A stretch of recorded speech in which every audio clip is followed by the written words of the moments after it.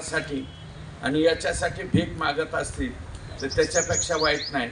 त्या हगवण्यांचं तर जाऊ द्याच, परंतु हगवण्याचा कोणतरी तो नातेवाईक आहे, सुपेकर का कोण हे म्हणजे पोलीस याच्यामध्ये आयजी या पोस्ट पर्यंत आयजी पोस्टवर असलेला माणूस रोख 1 लाख रुपये घेतो चेकद्वारे आणि 50,000 रुपयाचा मोबाईल का काय घेतो सप्रेम भेट.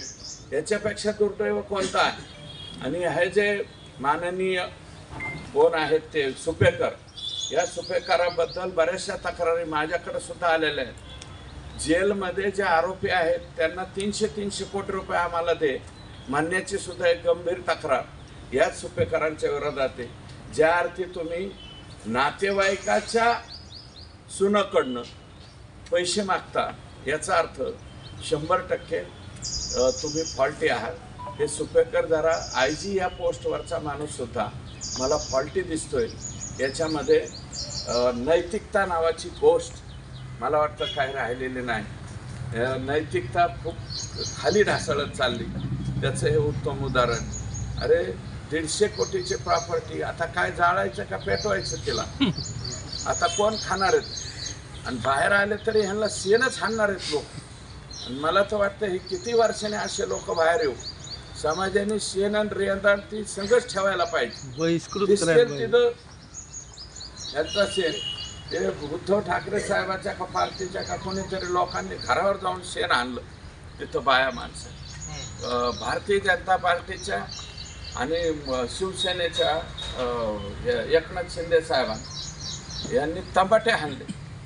नुसते तंबाटे हाणून नाही जमले पाहिजे, यांना आहे ना मोठमोठ्याने कवटं हाणायला पाहिजे. तंबाट्याने काय व्हायचं नाही, कवटाने यांची डोके फुटतील असं. आणि एकदा कवाट जर पाठाडात बसलं तर ते कवाट काय असतं हे त्यांना कळायला पाहिजे. मला असं वाटतं भविष्यामध्ये कुणी नाही केलं तर आपल्या आष्टी मतदारसंघाने तयारी ठेवावी. आपण कवटं गोळा करून ठेवू आणि हे जर कधी जामिनावर सुटले यांच्या मागच 2-4 गाड्या आणि कवटं हगवणे आणि सापडला तर सुपेकर. तर अशा पद्धतीने ह्या लोकांना वागवलं पाहिजे. तेव्हा हे अन्याय जे करणारे लोक मानसिकता ही पैशा पाण्याच्या याच्यामध्ये थांबत नाही. अरे आमची गरिबी बरी ना, आमचे गरीब माणसं बरे ना, ज्यांच्याकडे कोटी नाहीत, लाखात नाहीत, हजारात, पण आम्ही सुखी आहोत ना, घरात सुखी आहोत. तर सुखीच त्या ठिकाणी राहिलं पाहिजे.